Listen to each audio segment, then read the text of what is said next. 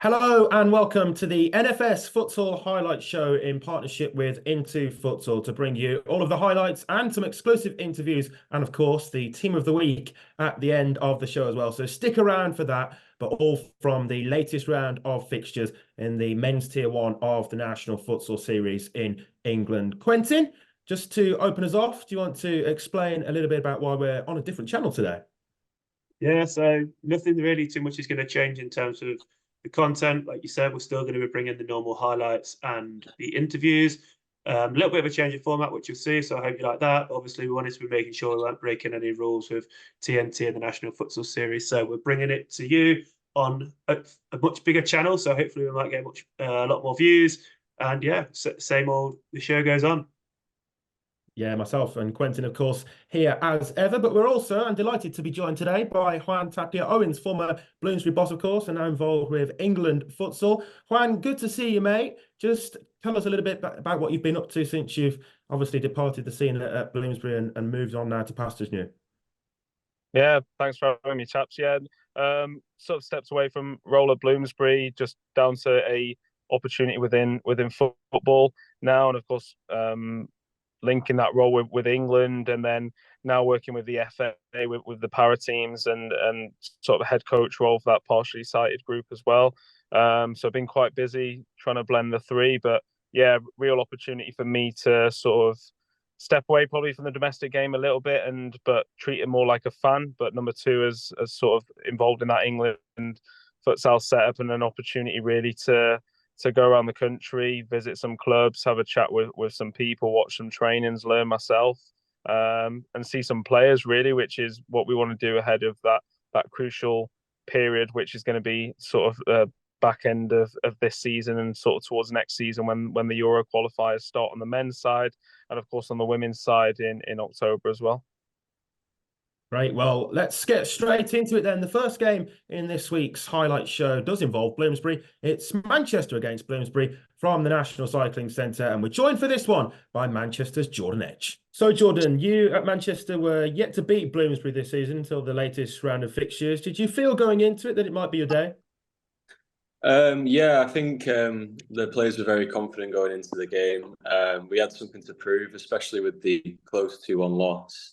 And the 3-3 draw against Maidenhead when we know we didn't play our best. So we had something to prove as a team, especially being at home as well. We are very confident playing at home. And we felt the league, we've been very strong all season. So it was something we had to prove. So going into the game yesterday, I think we had very high expectations of ourselves. So yeah, I think we're definitely there to win. Well, Jordan, with that in mind, it must have been a bit of a blow to kind of concede after 4 minutes, and obviously Russ getting himself on the score sheet again wasn't an ideal start. No, especially as it was me that was the guy who took the ball off and scored. So yeah, it was definitely an individual error on my part. I think both goals as well were definitely individual errors. There were things that we could have avoided, but yeah, it wasn't a great start, but we luckily got into the game quite quickly after that.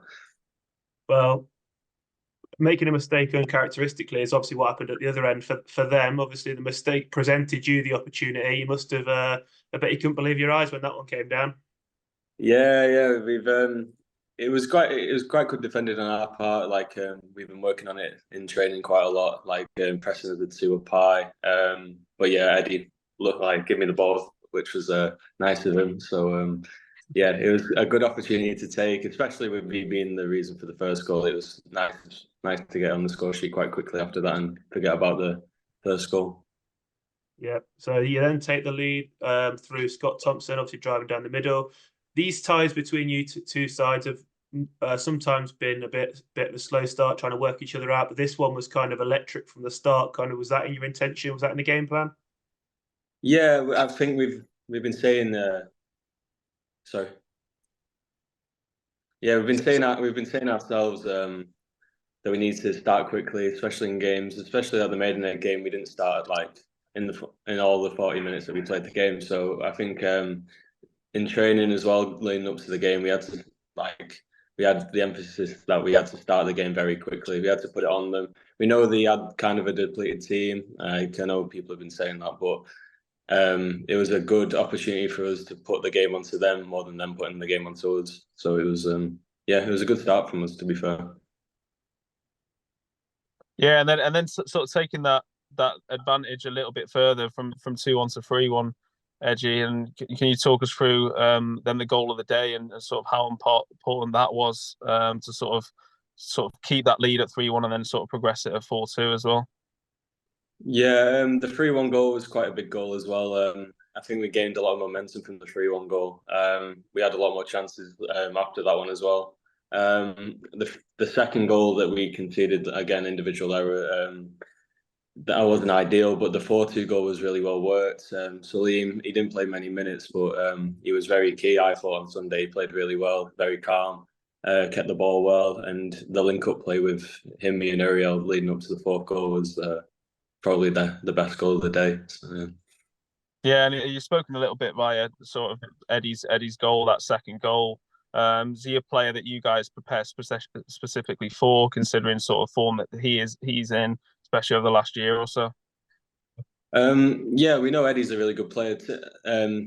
Like, not taking credit away from him, we don't necessarily train or plan for anyone in particular. We set up our own way for any team really. But yeah, Eddie is a great player. We know like Calvin as well. Calvin is he was the main pivot for the game on Sunday as well. So I'd say for me personally, they're definitely the main two players that we had to look out for on the day. Because I know Eddie's doing really well. He did really well last season as well, and he's still doing well this season. Yeah, and I know Sam's sort of always critical in the post-match interviews, and sort of last week not being able to see that victory against Maidenhead. How important was it to sort of get into that winning position, but then be able to hold on to it, given how long the game was at 4-2? Yeah, it was definitely important, especially because the cup game was before the Maidenhead game as well. So we hadn't won in 2 games. So I don't I doubt the players would have thought about it too much, but I bet it was in the back of some people's minds that it was a big game, not just for the league, but for our own mental state, especially with it being Bloomsbury. Like we've said already, that we haven't beat Bloomsbury in a while, so it was definitely a game that we had to win. We had to stamp our authority on it, especially if we're going to potentially get them in the grand final. But yeah, I thought we did really well, especially in the second half. We had many chances. I thought we could have ran away with the game. We had a few fly keeper chances where they've kind of pushed on, and we defended it really well. So yeah, Sam's very critical, but the lads like that. Even though we won yesterday, a lot of the players weren't very happy with performances, individually.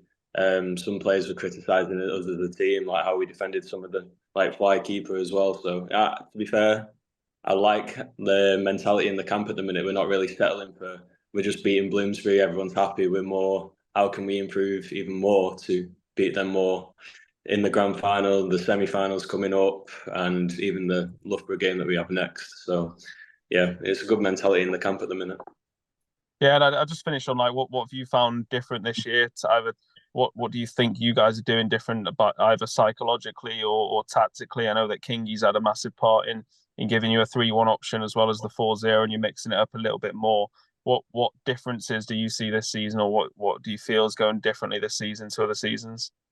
Yeah, I feel we have had a few more players in the season. We've got Jan's come in, Kingy started playing more in the start of the season. Matty Barber's come in, Rafe, Salim started to play more. We've got more quality coming into the team, and I think that has as well given us a mentality shift. I feel like last season we were very happy with competing, but we weren't there to win many games. I think it might have been subconsciously or something, but I feel like this season the mental shift has definitely come to, we're not here to just compete and see how the game goes. We're there to that and dominate teams. It doesn't matter if it's a tier 2 team in the cup or if it's Bloomsbury in the league. It doesn't matter. We're there to not just win the game, but to dominate the game, which is really good. And I think that's really gone to the training as well. The training last season, you could have said it was quite blasé. People turned up just to train, check off that they've been there. But this season, it's been a lot more quality, a lot more energy and effort into the training. And I think people are starting to see that by that happening in training and the games, that we're getting results, and people are starting to like look into that as like, wow, like this is something that we need to keep on doing, and it's working at the minute. It's going well. Jordan, thanks a lot for joining us, and good luck for the rest of your season, and well played both individually and collectively as well at the weekend. Thank you. Cheers. Thank you, Isaac. Thank you, lads. Yes.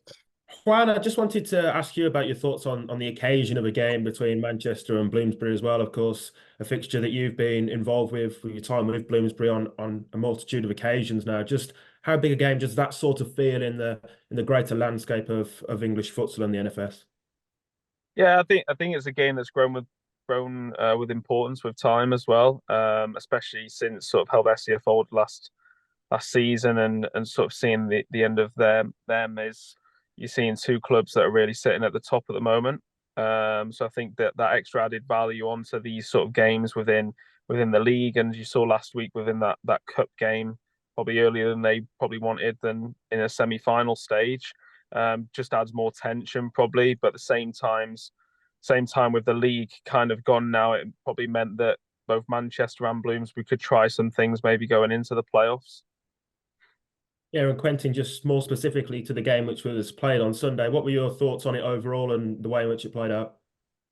Yeah, I think some really key moments in the game, really. I think Manchester needed to get over the hill of beating Bloomsbury. I think they need to get over the hill of kind of winning something. So Sam's alluded to previously about winning the cup or winning the league title, to kind of give his players that experience of that winning mentality and that winning feeling. On the day, I think it was really important that they saw the game out. Obviously, 4-2 at half time, and seeing that out, obviously something we saw that they couldn't do versus Maidenhead the week previously. So I think Sam and obviously the coaching setup at Manchester will be really happy with the day's work.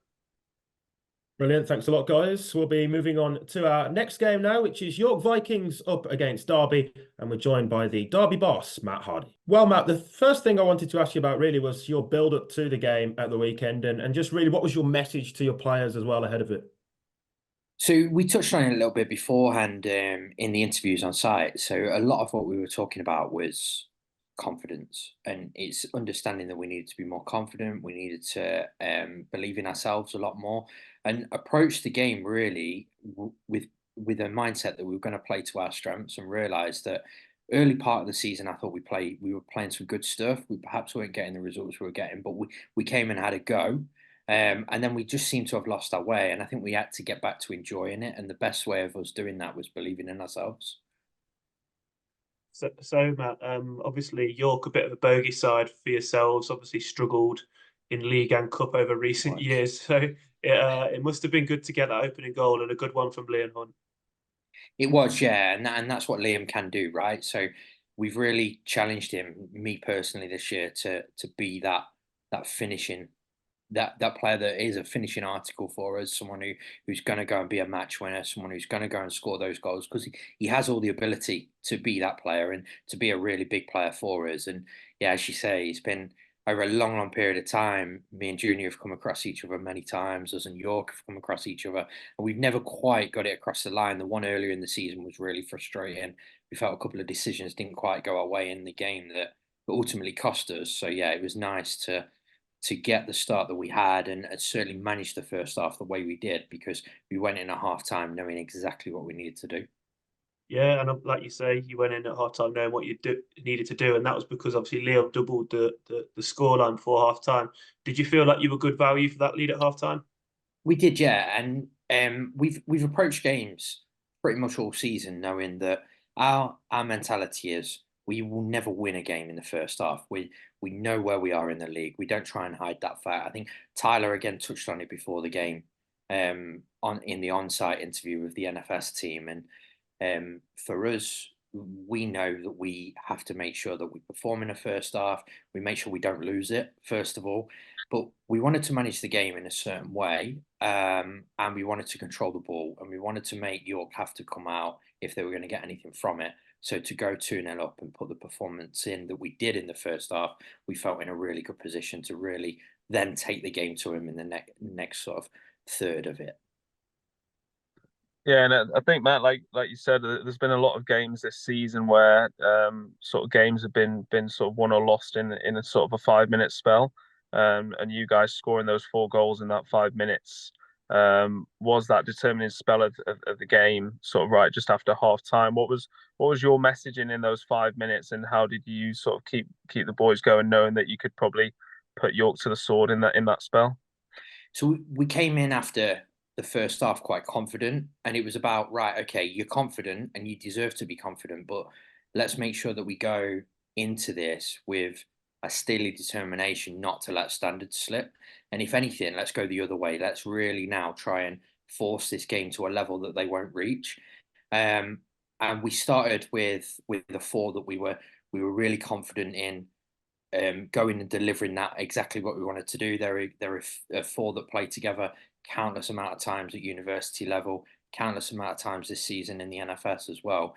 And I just felt that they'd have a little bit too much pace and aggression in terms of the way that they play the game and the intensity they play the game for York to handle. And then obviously we had Fraser and Pav to bring in, which and Joe was exceptional yesterday, Joe Wilston as well. And with bringing them onto court, once we were on top, I just felt we had goal threats that could really take the chances. Yeah, and you mentioned that confidence. I know York got a sort of a goal either side of that 7th goal, but you must have been confident at that point that the match was sort of done and dusted.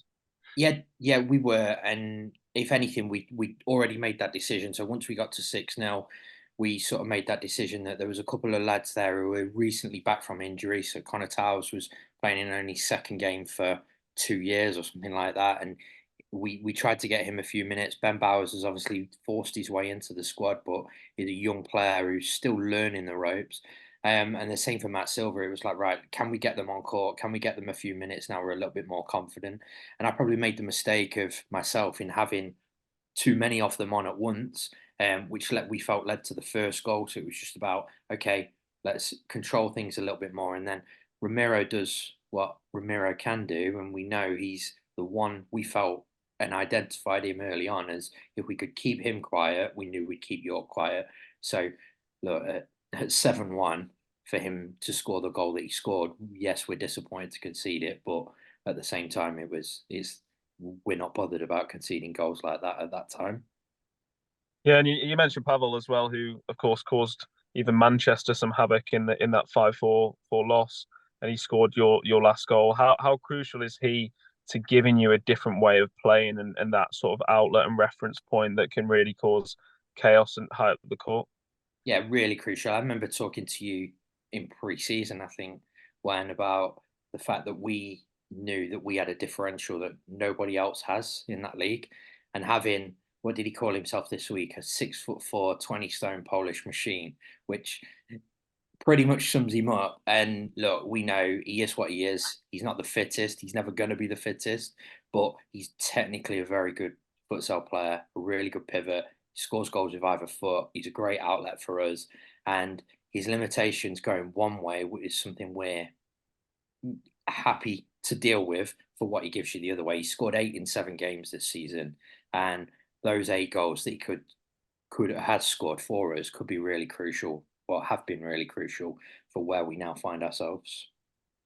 Yeah, and I know you spoke a little bit with Princeton on the importance of Liam Hunt, and I want to mention like Adam and Ben Taylor as well, and sort of the boys that you've got at the university program, as well as the Derby as well, and just want to hear your sort of opinion on how that's helped those individuals this season in balancing both, and how you've worked with them as individuals in managing that extra time on court, that extra 2 sessions a week, and what benefit that program can really have for your club and your players really going forward. Anybody that sort of decides to come your way.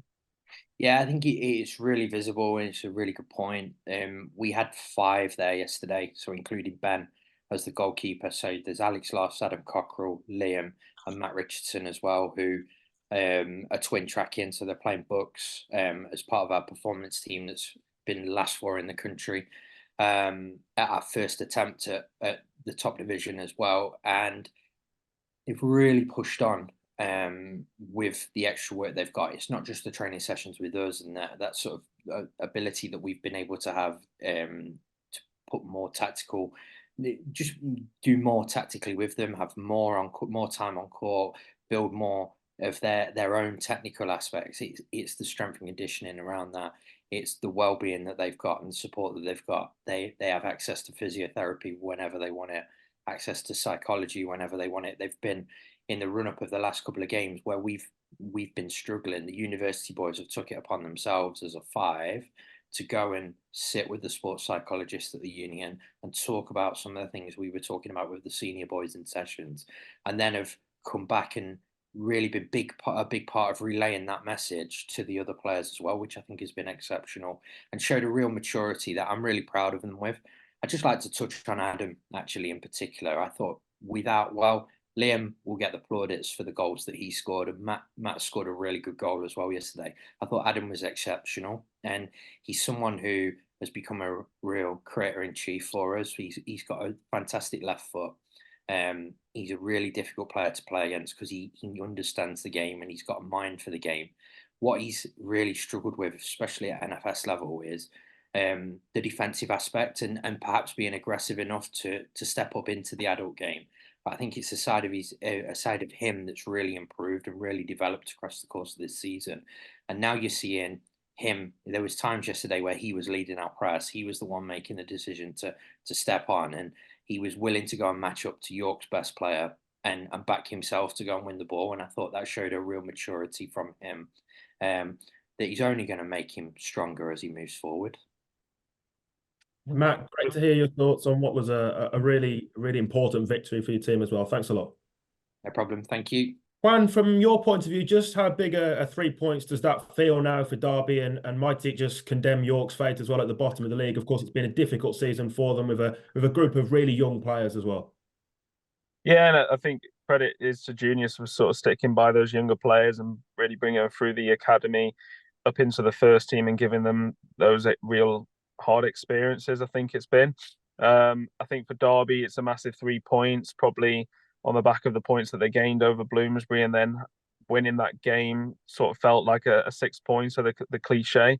But also the manner in which they then executed that performance. It didn't really end up being a cagey affair in the end, and sort of that early goal feel probably Derby really then tried to put York to the sword, and then really fit in with that second half, the 4 goals in that 5 minutes. And I think that's where York and sort of the younger players, I know through times at Bloomsbury with the tier 2 side as well, is that ability to not concede more than 1 goal in a period of time. Is if you concede 1, keep it at 1.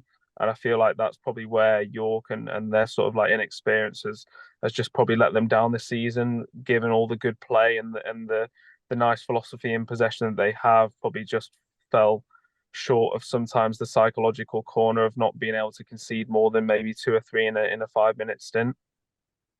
And Quentin, from your point of view, I know you're obviously involved with Derby Futsal Club. Just tell us about the hard work that's gone on from Derby's perspective in really racking up those points and performances this season.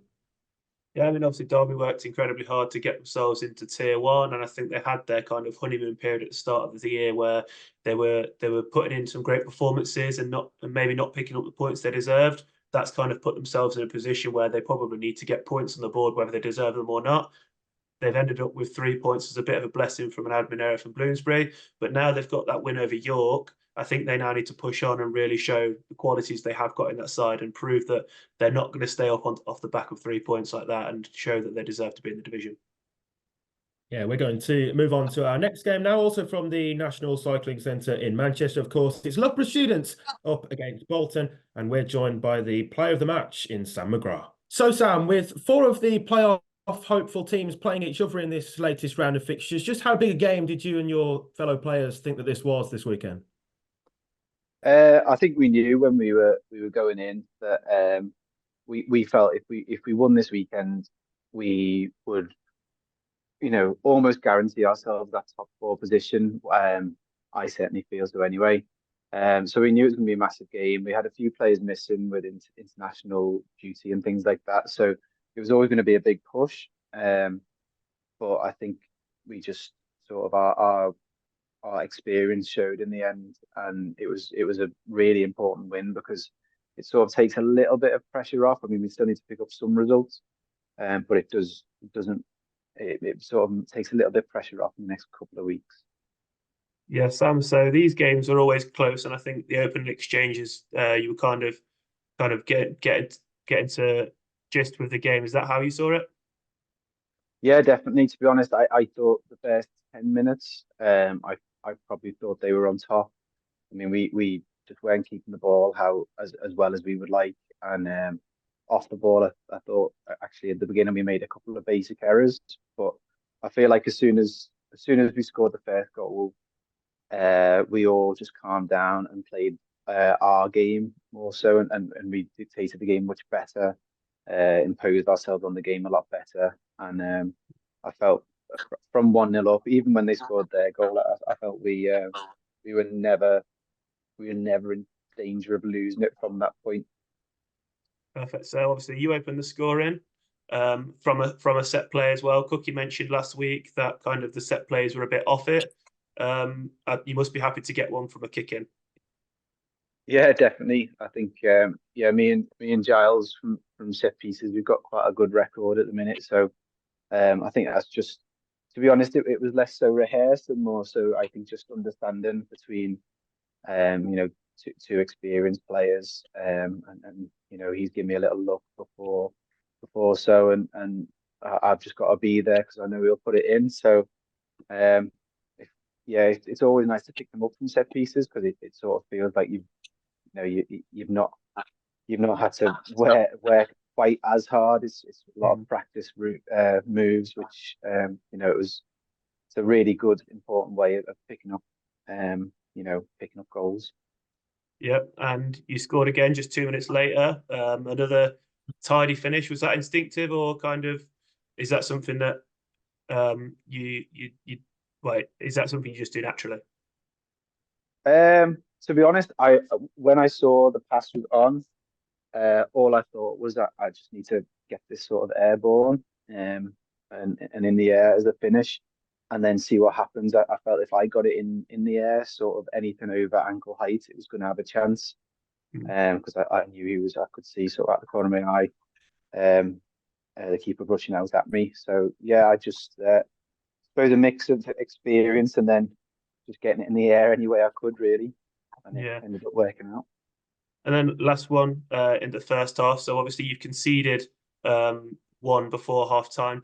Did you worry a little bit that would give Loughborough kind of their into the game, kind of their confidence they needed into the second half?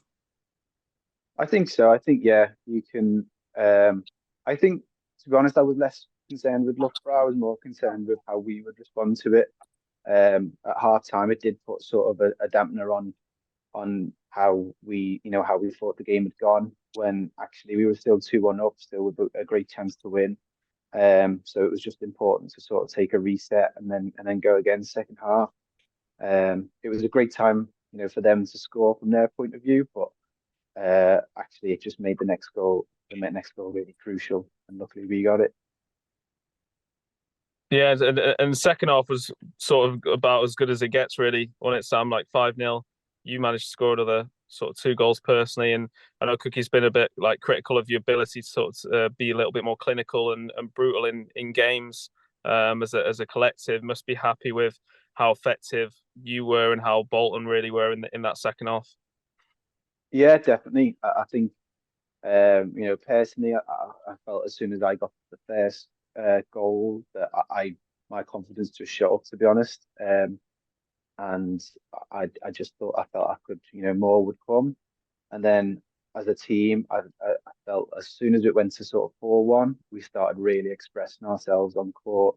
I mean, there was a few nice moves that didn't end up in goals, which obviously is something that we need to be even more ruthless with. But it was really nice to run up, a few goals, and I feel like make a bit of a statement victory, really, that we can finish occasionally, not as often as Cookie would like, but we can do it. Yeah, no, and I'd say that the game really broke in that last quarter, and sort of you added 3 more goals in the last 10 minutes and sort of condemned sort of like Loughborough to that heavy 7-1 loss. It just feel like everything that you guys were touching sort of turned to gold on the day. Yeah, definitely. I feel like I mean, we had the two goals whilst they were playing fly, which can happen, but especially our fifth goal, it was a really good team move and lots that we'd worked on in training. And it just, like I say, I think that was us at our best, really expressing ourselves, being confident on the ball, and showing up at the second post, which is something again Cookie's been on at us all season to be doing. And he'll be delighted that it came off. We've been proved right. Yeah, and I think like I've been impressed really with like the verticality that you've added to the team personally, especially given that I know that you sort of left towards the back in the last season. Something different in sort of giving them a 3-1 outlet as well. How are you finding sort of adjusting and playing with those younger players that might be a little bit more adapted to playing a 4-0 and them having to focus on you as more of a reference point as well? Yeah, I mean it's been a learning curve for myself. So, I've not in the past I've played quite a lot of 4-0 myself and not necessarily took up the pivot position. I'm still definitely learning the position myself. But I mean the young lads we've got, I've come through. A lot of them have played futsal for as long as I have now.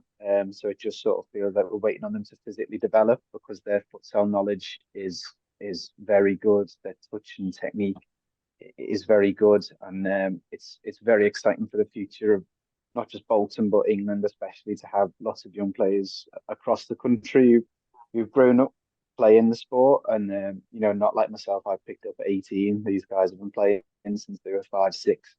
And are doing a lot of things naturally that I've had to spend a couple of years training to do. So it's exciting, and I think there's really good things to come. Sam, thank you very much for joining us, mate, and congratulations on your win, and good luck moving forwards as well. Yeah, thanks a lot, guys. Cheers. Cheers, Sam. Juan, this was also obviously a really big game between Loughborough and Bolton, two teams who have maybe been on the periphery of the top teams in the National Futsal Series over the last few seasons. What do you think about the way in which these two teams play in terms of their kind of characteristics that are known now, with loving to press as high as they do, probably in terms of that, two of the most lively teams in the league? Yeah, I think it's a very similar style out of possession, both very individual press, both very high intensity, high energy, and really try to get in your faces, but it leaves a lot of spaces behind the backs as well. And it was down to each other to try and exploit those spaces behind the back. I felt the game probably lacks that intensity in some periods just due to the nature of using the goalkeeper, and Bolton's probably surprising Loughborough by using Payne so high as well. So it really became a more of a tactical battle than probably what it's been in the past. And yeah, really an opportunity to cement a top 4 place for whoever won that game. Bolton, of course, really 4-1, and then the game sort of broke second half when Loughborough have to go fly keeper. It can become 7-8-1 very easily. So it's testaments for Bolton to sort of sticking that out and sticking to their game plan on that side.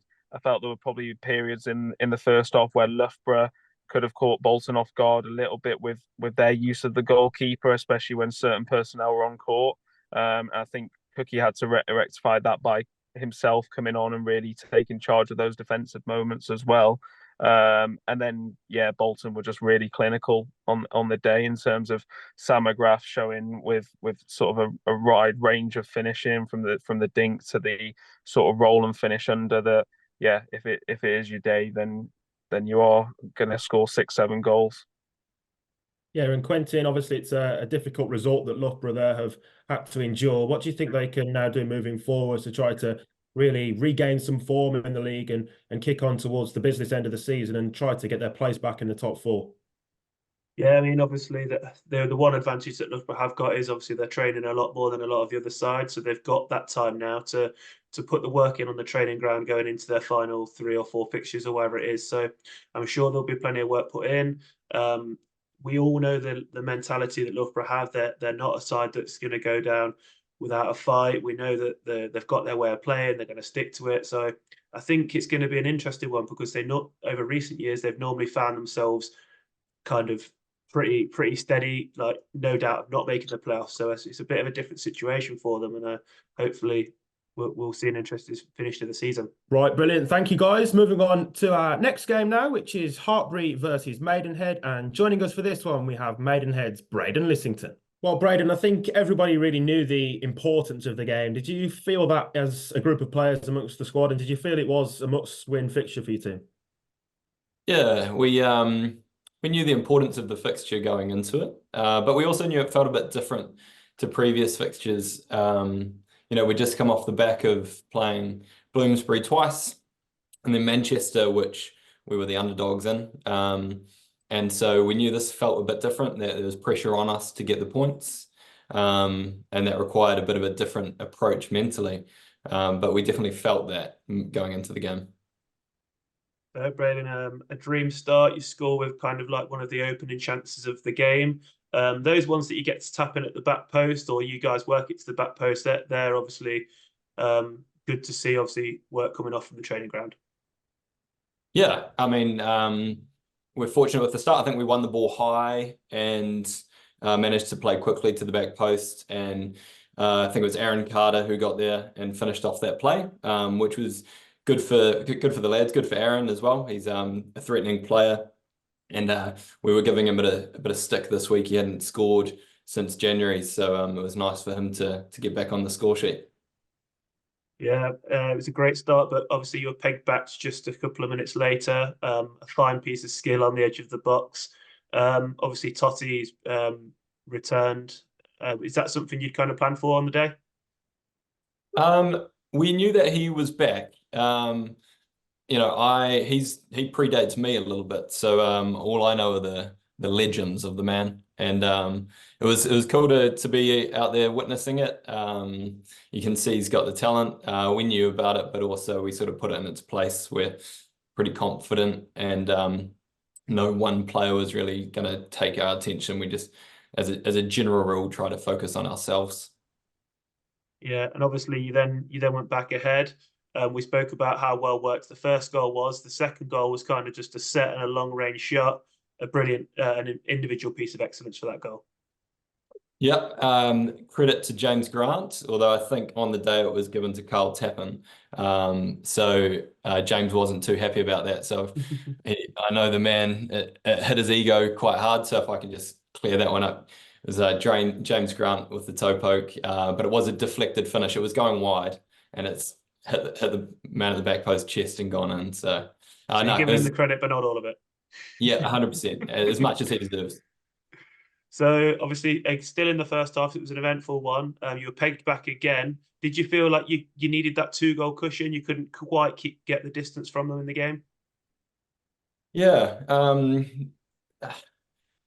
I don't know if you remember the first game against Hartpury. It was similar.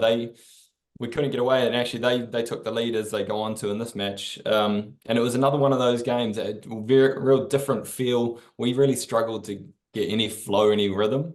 So it was niggly, giving up that goal just for half time. And I think we went into the break 2-2, did we? Yep.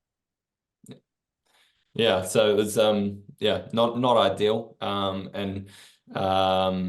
We had to work to get back into the game. Yeah, and then sort of that midway through that second half, you go behind as well, and Hartpury managed to go ahead. You feel like you're going to be made to pay sort of like for losing those chances in the first half as well? Yeah.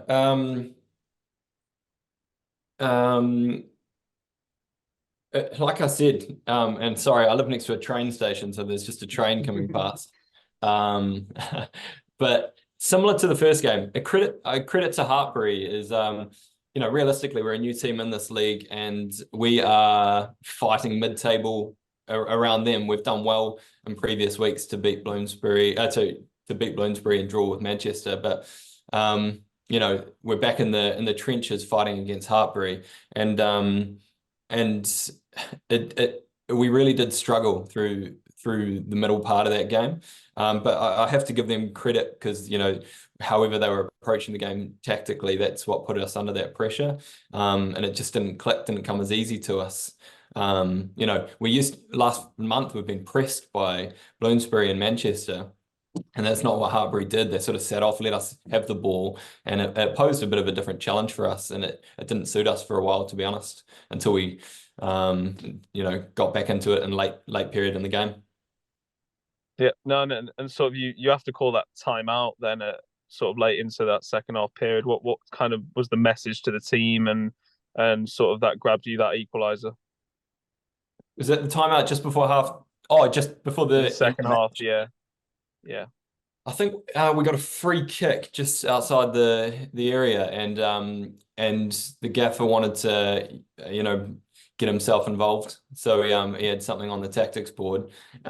So we came up, tried to execute, didn't come off, but what we did soon after then, I think he made two big calls, Josh. One, he dragged me and put Diogo on. They were on 5 fouls. And Diogo's popped up at the back post and scored the equaliser. And then if I can move on to the foul that we win, he then puts Carl Tappan on, who has amazing feet. We call him the Bedford Messi, and he's drawn the 5th foul to put Harry on the 10-metre. Yeah, no, and I say after I know there's a little bit controversy around that 6th foul, and was there any sort of doubts in your mind after that was given that Harry was sort of going to put that away? Do you know what? I had that exact conversation with Josh Gillespie after the match. It's weird when you send someone to the spot. For me as a player, sometimes you're filled with absolute fear that your mate's going to miss, and this time I wasn't. Both me and Josh said we just felt Harry was going to do it. He's a hell of a player, and he stepped up, and he just didn't look like missing. So thank you, Harry Tozer.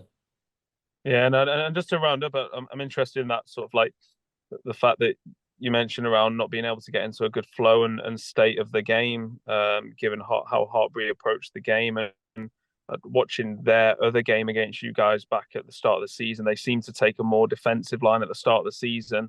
And then with the new players, sort of took a little bit of a higher line this time and sort of pushed you guys back a little bit.